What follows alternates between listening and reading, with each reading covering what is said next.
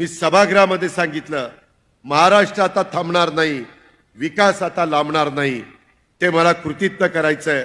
आता निवेदक बोलत असताना बऱ्याचदा सांगायचे किंवा शासनाची तिजोरीचा खळखळाट आहे, कृपा करून तुम्ही तसा गैरसमज करून घेऊ नका.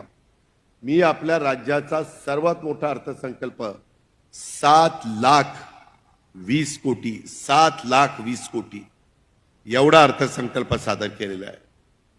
त्याच्यामध्ये पेन्शन, त्याच्यामध्ये पगार आणि त्या संदर्भातलं काढलेलं कर्ज ह्याचं व्याज जाईल आणि राहिलेला पैसा माझ्या लाडक्या बहिणींच्या करता. विरोधकांनी आम्हाला हिणवलं किंवा ही योजना बंद करतील.